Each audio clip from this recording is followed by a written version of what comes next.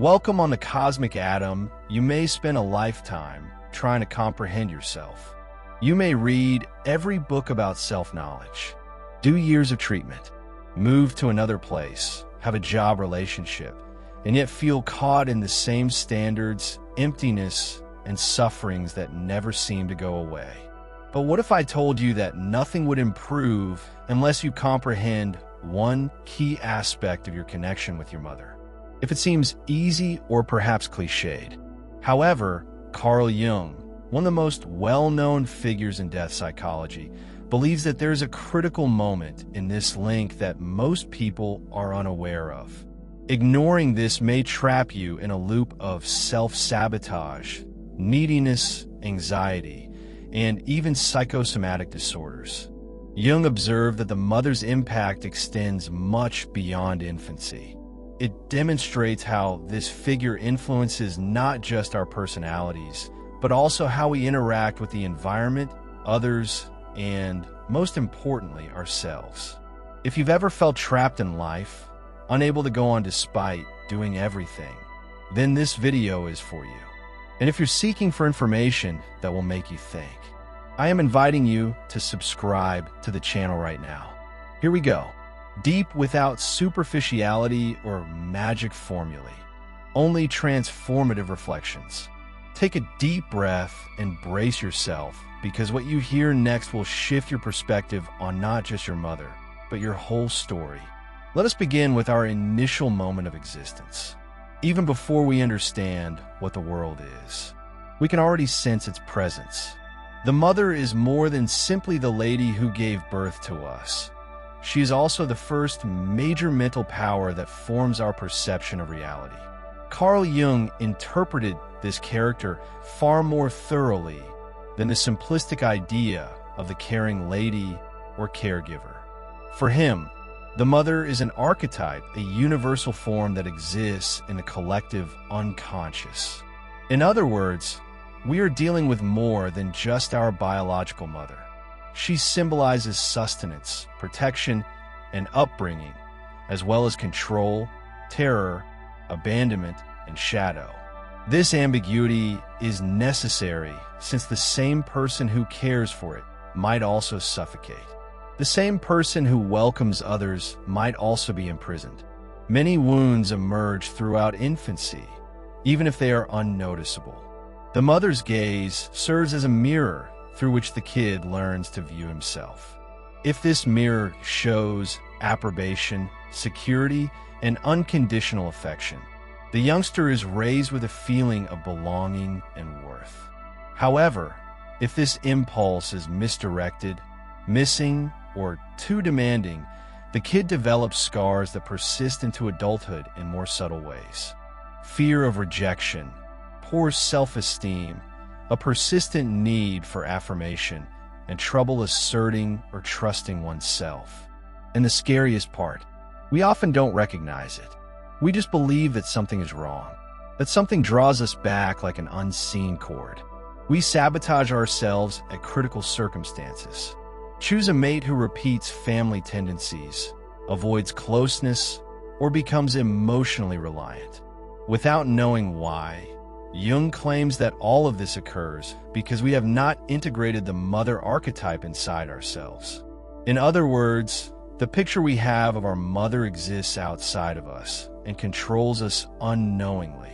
And as long as this person is external, filled with pain, idealization, or dissatisfaction, we shall be captives to his influence. This does not imply that it is your mother's fault, much alone that you should face, condemn, or move away from it.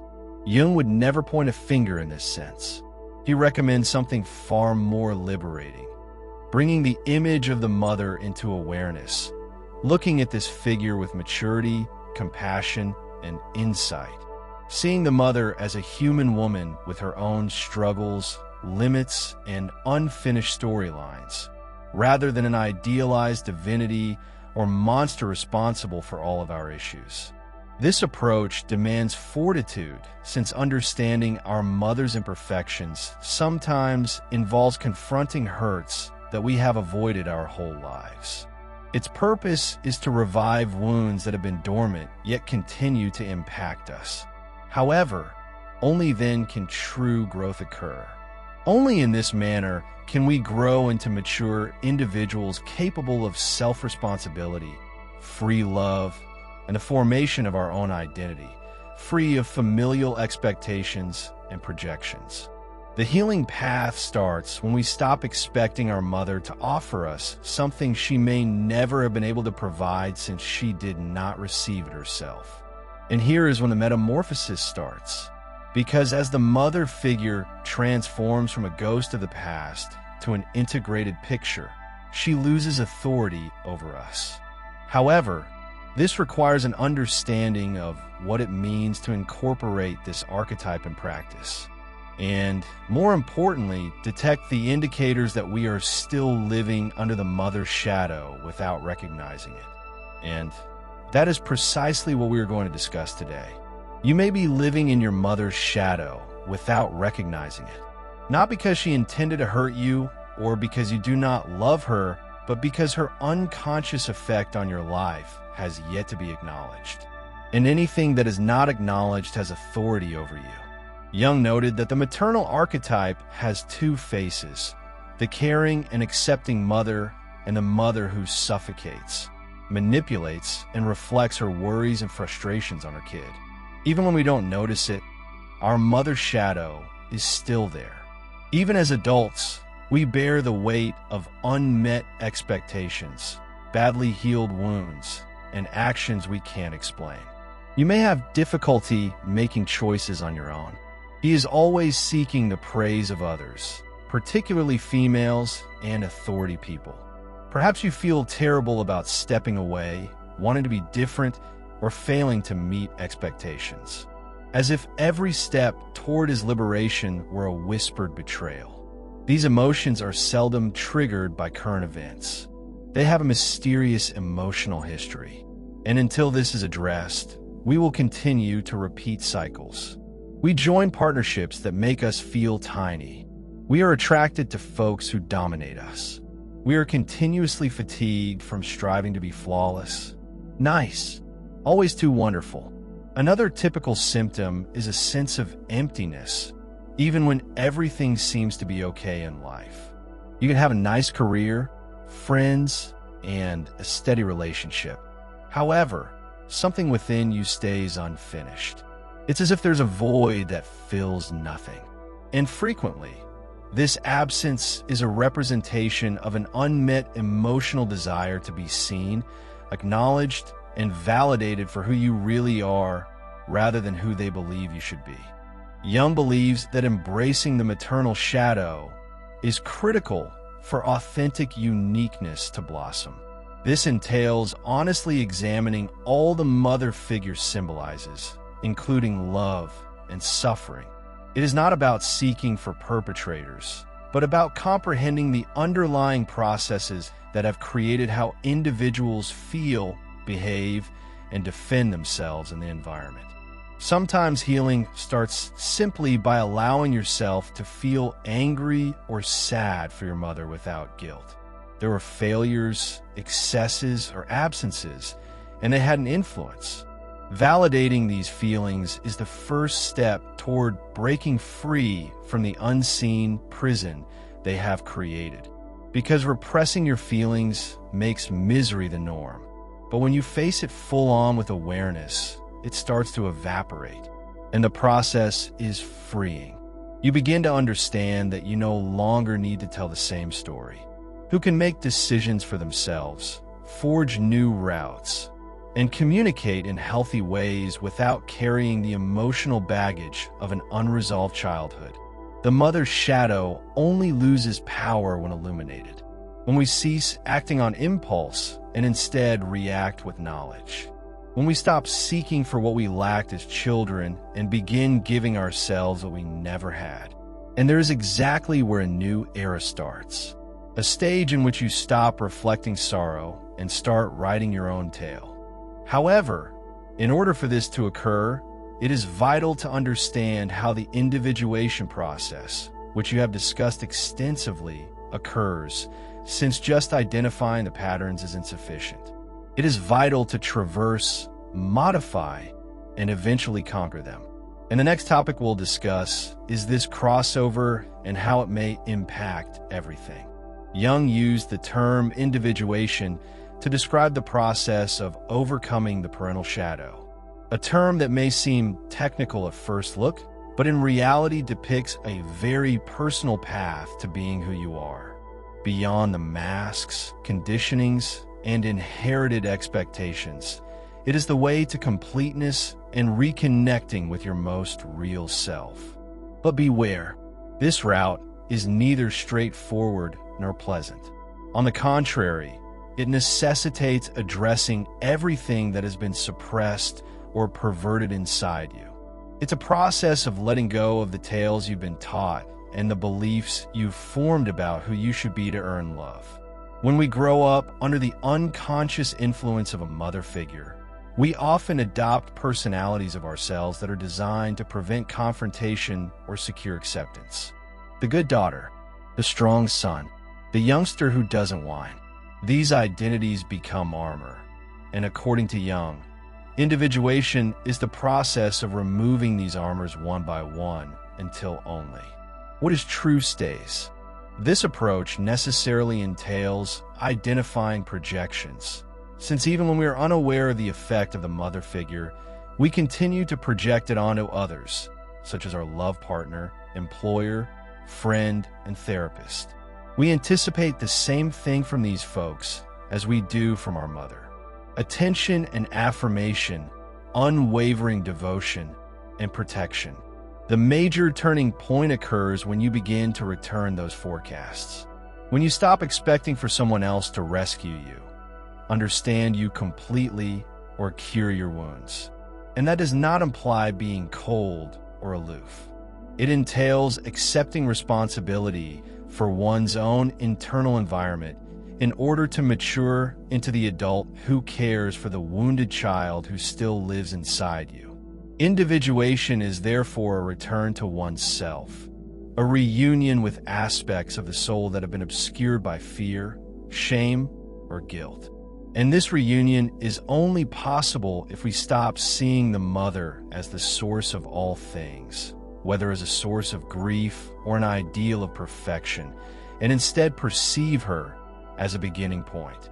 It gave us life, yes, but what we do with that life is what is really important. This process of psychological growth does not occur overnight. It takes stillness, deep listening, and fortitude to experience what has previously been ignored. Most importantly, it takes compassion, because by integrating the mother figure inside you, you begin to see her with more humanity, not as a failed woman, but as someone who was once a kid, with her own sorrows and shadows. And that gaze devoid of worship or hatred is what finally sets you free. It allows you to love without fear, to create without repetition, to live without bearing responsibilities that are not your own. And here is when the true metamorphosis starts. When you stop being an extension of your mother's narrative and begin creating your own. Young people feel that healing comes from revealing the aspects of the past that are still at work in the present, rather than attempting to eradicate them.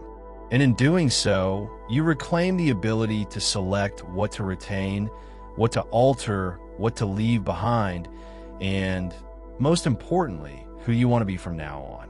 But the issue remains, how can this be used practically?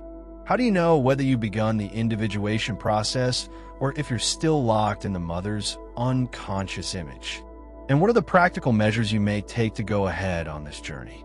That is precisely what we will investigate in the next section, since understanding is the first step.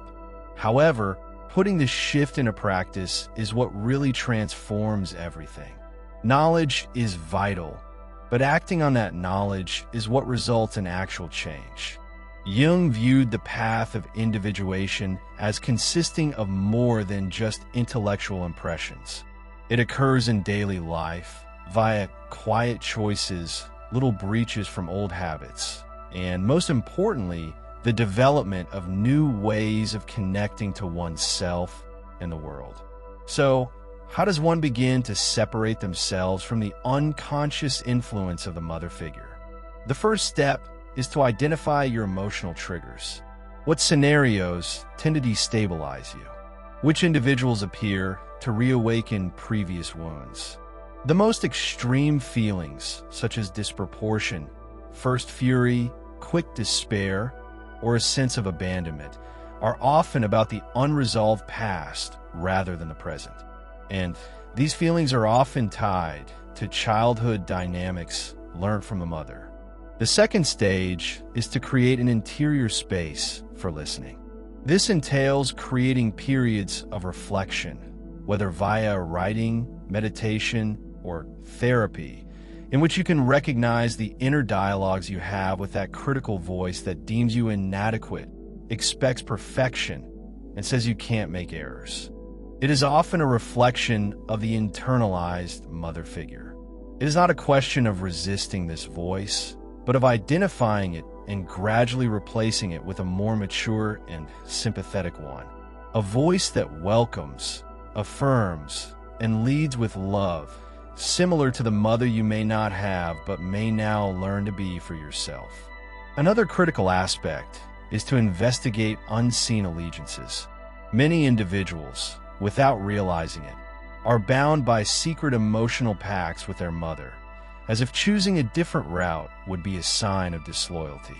This is shown when you feel guilty about growing up, thriving, and being happy in regions where your mother was unhappy, as if his pleasure was a kind of betrayal. Breaking away from that does not imply rejecting your mother. It is acknowledging that you have the right and responsibility to live your own tale, that remembering your ancestors does not relive your traumas, but transcends them. It's also crucial to consider the relationship patterns that you attract. If you consistently associate with individuals that are controlling, cold, excessively needy, or demanding, you may be recreating the emotional dynamics you experience with your mother figure. Identifying this pattern marks the start of recovery. Change requires awareness. Set clear limits. Sometimes you need some alone time to listen to yourself before attempting to reintegrate into the outside world. Another useful activity is symbolic visualization. Imagine standing in front of your mother, whether she is living or not, and symbolically handing her whatever you do not want to bear. Guilt, expectations, fears, demands. Be thankful for life. Recognize what you were able to get, but do your share. When done genuinely, this technique has a tremendous influence on the unconscious, allowing for a new view of oneself. Most importantly, develop self-acceptance. That's the foundation of everything. Do not wait any longer for someone to arrive and fill the vacuum that has been left. Learn to give yourself what you lacked: presence, compassion, and care. It does not happen quickly, but with each deliberate decision, every minute, you resolve not to forsake yourself. This is the most effective practice of individuation for being entire on the inside, even if pieces are still mending, because you become the source of your own love, security, and value. The image of a mother is represented. It ceases to be an unconscious means of achieving its true identity. Is this part of your story? This is no longer the whole script.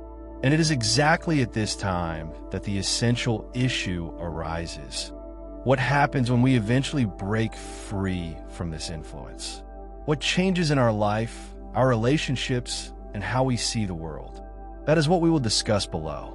When the unconscious impact of the mother figure is ultimately grasped, expanded, and indicated, something starts to shift in a very subtle but profoundly potent manner. It's as if the burden of the spirit was gradually lifted. Decisions become lighter, relationships become more authentic, and one's self-image becomes more loving and whole. Because the fact is that while we are dominated by the non-integrated maternal image, we live as if we are perpetually in debt, as if we had an emotional obligation that cannot be paid off, However, as you go through this process, this sensation gives way to a sense of liberation that only those who have crossed this bridge comprehend. You begin to comprehend that you can choose without feeling guilty, that you can be different from your mother without rejecting her, that you can love without repeating, and that you can create something new without fear of breaking with the past. And this strength comes not from arrogance, but from reconnecting with your own self. This shift is evident in many aspects of life, including relationships. You stop seeking for someone to fill a vacuum and begin to cultivate stronger workplace relationships based on presence, reciprocity, and respect. You develop the bravery to express your authenticity rather of taking pathways that exist just to fulfill external expectations. Even physical problems, symptoms caused by the buildup of suppressed emotions, might begin to fade as if the body has finally felt heard. Liberation from the mother's shadow is fundamentally a process of self-reintegration. When you realize that you are no longer the kid who must shape herself in order to be loved, something very important rises inside you. A feeling of self-worth, and life starts to flow differently. Insecurity continues to exist. Of course, the pain does not go away like magic, but now there is a more substantial inner core. You don't dismount as easily in the face of challenges, yet it still dismantles itself. It already understands how to retreat, embrace itself, and recreate itself. This demonstrates emotional maturity. This is individuation. Another important result of this transition is the compassion that she feels not just for her mother, but also for the other women in her life, such as grandparents, aunts, sisters, and friends. You learn to see them beyond their roles and judgments. He realizes that everyone is dealing with their own darkness, emptiness, and tales. And just like that, the agony cycle starts to break as you mend your inner connection with the mother archetype. You also heal generations when they fail to pass on what they have received without doubt. He stops repeating what he has heard. It no longer silences what has to be stated, paving the way for a more aware, freer, and kinder way of life. Perhaps this is one of Jung's most significant contributions. He demonstrates that we are not limited by what we have been given, and that we are a part of a tale. Yes, but they are also the makers of it, and that by gazing with bravery at what hurts us the most, we might discover the source of our greatest power. Now, after all of this, maybe the most important issue is how to put it all together in a realistic and revolutionary vision. How to take the following steps mindfully and avoid falling back into previous routines. Finally, how to end our voyage on a light and wise note. That is precisely what we will investigate in the concluding section. At the end of the day, breaking free from the mother's unconscious influence does not imply severing links or deleting the past. First and foremost, it is important to recognize the influence that this person has and continues to have on you, and deciding what to do with it from now on. You've seen how the mother archetype discreetly influences our actions, emotions, and decisions. She knew that the mother's shadow is represented not only in our direct connection with her, but also in our projections, unconscious loyalties, and internal voices that dictate laws we never challenge. He realized that emancipation occurs not by rejecting, but by integrating, not by denying suffering, but by experiencing it with awareness. Jung taught us that we can only heal when we become complete, and that being whole entails accepting all aspects of oneself, even those that stem from a lack of suffering and the unsaid. They cease screaming when you stop running away from these portions and start paying attention to them. And in the stillness that follows, you might hear something new, your own voice. This voice has likely been buried for years behind layers of expectations, demands, and repeats. but it was always present. And now, at the conclusion of its voyage, it starts to acquire room. It is the voice of your genuine self, the cognizant adult who respects the past while moving ahead autonomously. What a privilege to have a mother, yet she chooses to live her own life. Jung's proposed remedy is neither swift nor linear. It's a process that demands guts, presence, and consistency. However, the reward is tremendous because when you incorporate the mother figure inside yourself, you're not only reconciling with the past, you liberate yourself to live in the moment with more honesty. You begin to make decisions that are more in line with your nature, to form better connections without fear of desertion or the need for approval. He begins to view himself more compassionately, allowing himself to make errors, change his mind, start again, and, most importantly, to be at peace with who he is. The trip does not stop here. In truth, it has only just started. But now you carry tools, thoughts, and, most importantly, awareness. And with awareness, everything has been modified. If this information spoke to you, please share it. Perhaps someone close to them is caught in an unseen cycle and needs to hear these words. If you want to learn more about similar subjects, you can subscribe to the channel here.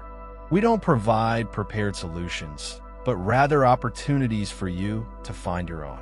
Because in the end, you won't be able to heal until you realize this about your mother. But as he realizes something within, you finally break free. And here is when genuine healing starts. Dear viewers, your support through Super Chat and membership is the only source of income that keeps this channel running. If you want me to continue uploading valuable content without delays and to stay motivated in providing you with the best wisdom, I need your help. Every contribution, big or small, makes a huge difference. Feel free to donate and support Pure Wisdom so we can keep growing together. Your generosity keeps this journey alive. Thank you for being part of this amazing community. If you're enjoying the content on Pure Wisdom and find value in the messages we share, I encourage you to subscribe. Based on the latest analytics, 93.9% of viewers are watching without subscribing. By subscribing, you not only stay updated with new content, but also support the channel's growth, allowing us to continue spreading wisdom for the chosen ones. Hit that subscribe button and turn on notifications so you never miss an important message. Let's build this community together.